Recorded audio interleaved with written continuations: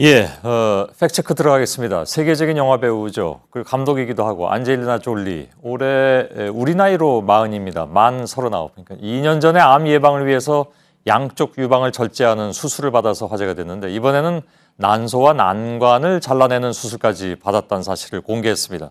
많은 사람들이 용기 있다 이렇게 박수를 보내면서도 아직 암이 생기지도 않은데 이렇게까지 이른바 이제 선제적으로 대응할 필요가 있는 건지 궁금해하는 분들이 많이 계신 것 같습니다. 특히 유방암이라든가 아니면 난소암 같은 것이 우리나라에서도 여성 암 발생 1, 2위를 다투고 있기 때문에 그래서 또 관심이 굉장히 많이 가지고 계실 것 같습니다. 이 문제 짚어볼 텐데 김필규 기자. 예. 이번에 졸리가 이 수술을 받은 것은 난소암을 예방하기 위해서였다. 그만큼 심각한 그런 암인가 보죠? 예, 그렇습니다. 조금 전 말씀하셨던 것처럼요. 우리나라의 경우에 여성 암 중에 사망률이 가장 높은 게 1위가 바로 유방암이고요. 예. 바로 그 다음이 이제 난소암입니다.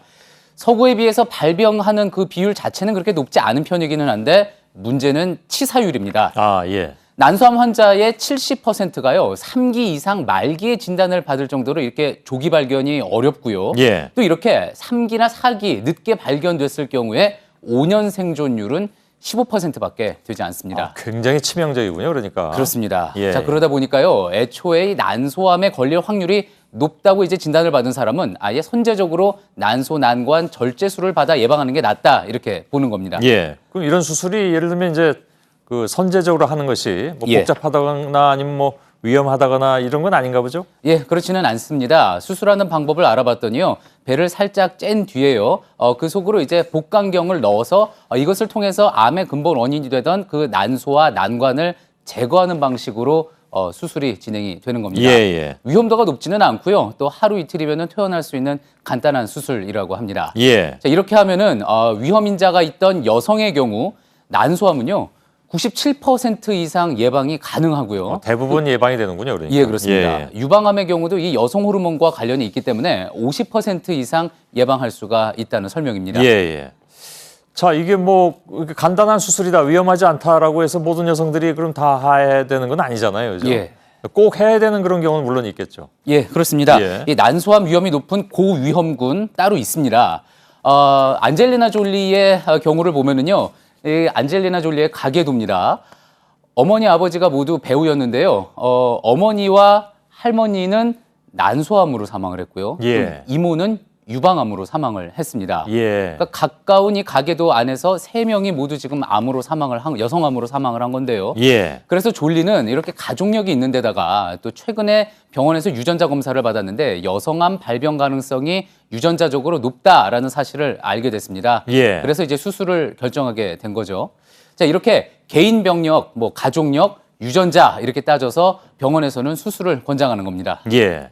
근데 특히 그 미국에서는 가족력을 굉장히 중시하는 것 같더군요. 예. 우리나라보다도. 저도 미국에 잠깐 있을 때 위가 좀 안 좋아서 병원 가서 굉장히 걱정을 하면서 상당히 안 좋은 케이스를 얘기를 했더니 당신 집안에 그런 사람이 있냐 해서 안 계시다고 그랬더니 그럼 상관없어 가봐 이렇게 굉장히 아무튼 좀 중시하는 것 같습니다. 그래서 아마 안젤리나 졸리도 더 이런 부분에서 일종의 트라우마 이런 것들이 있는지도 모르겠습니다. 예. 근데 그 난소가 여성 호르몬을 만드는 곳이 맞죠? 예, 그렇습니다. 그럼 이걸 제거할 경우에 당연히 부작용도 생각할 수 있을 텐데. 예, 그렇습니다. 그 부분에 대해서 궁금해서요. 국내에 권위 있는 의사들에게 직접 물어봤습니다. 예, 예. 들어보시죠. 예.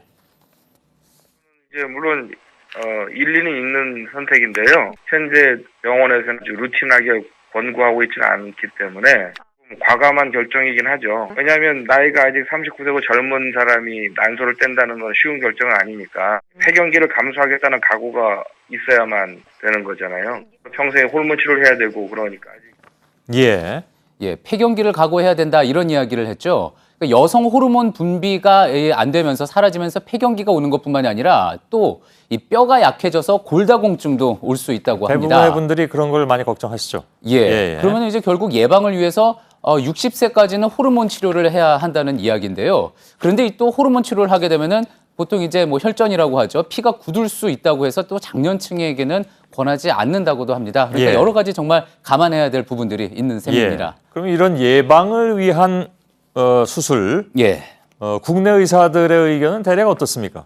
일단 뭐 이거를 결정하는 부분에 있어서 어떤 가이드라인은 없다는 이야기였습니다. 예, 예. 그리고 또 받는 게 맞느냐 틀리느냐 이런 의견도 좀 엇갈리기는 했는데요. 다만 이런 절제 수술 대신에요. 예방을 할 수 있는 방법도 있다고 해서 들어봤습니다. 예. 골반 초음파 검사랑 CA125라고 난소암 표시자가 있거든요. 그거를 한 6개월마다 시행하라고 이렇게 좀 추천을 하고 있고요. 그리고 이제 이게 또 경구피임약이 난소암 예방에 좀 도움이 된다는 증거들이 있거든요. 그래서 경구피임약 복용하는 것도 많이 추천을 드려요.